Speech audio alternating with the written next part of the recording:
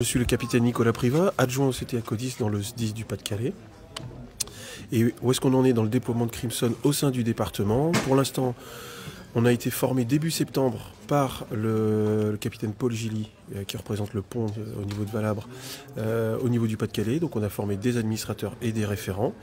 Et on va commencer la formation des utilisateurs de la chaîne de commandement à partir du 29 septembre. Cette formation va s'étaler sur 3 semaines et on va former l'ensemble des strates, c'est-à-dire les chefs de groupe qui arment les postes de commandement, les chefs de colonne et les chefs de site. Chez vous, c'est un gros département, donc ça fait du monde, c'est ça? Oui, tout à fait. Donc au total, ça représente environ 110 personnes. Voilà. Donc il y a une soixantaine de chefs de groupe, une trentaine de chefs de colonne et une vingtaine de chefs de site. Voilà. Vous pensez que ça sera opérationnel dans l'année, évidemment, là? Oui, tout à fait. L'objectif, c'est de pouvoir le déployer pour la mi-octobre.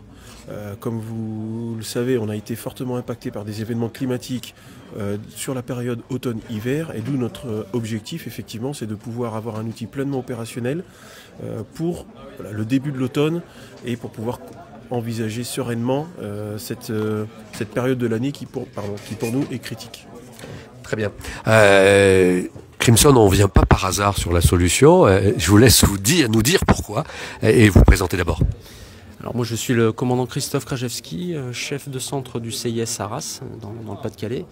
Alors pourquoi on est venu sur cette solution? Eh bien tout simplement il nous manquait en fait cet outil opérationnel, cette interface qui s'inscrit dans un élan national. On le voit, nos voisins, plusieurs SDIS en majorité sont passés sur cet outil, il a fait ses preuves.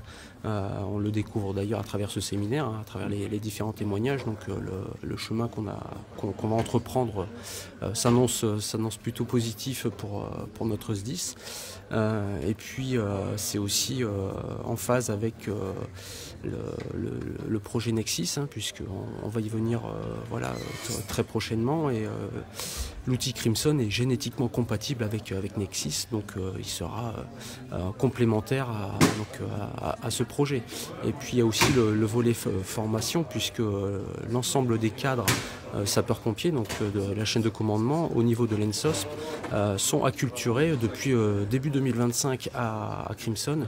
Donc le vernis est déjà lancé au niveau national, et le SDIS 62 s'inscrira naturellement dans cette démarche.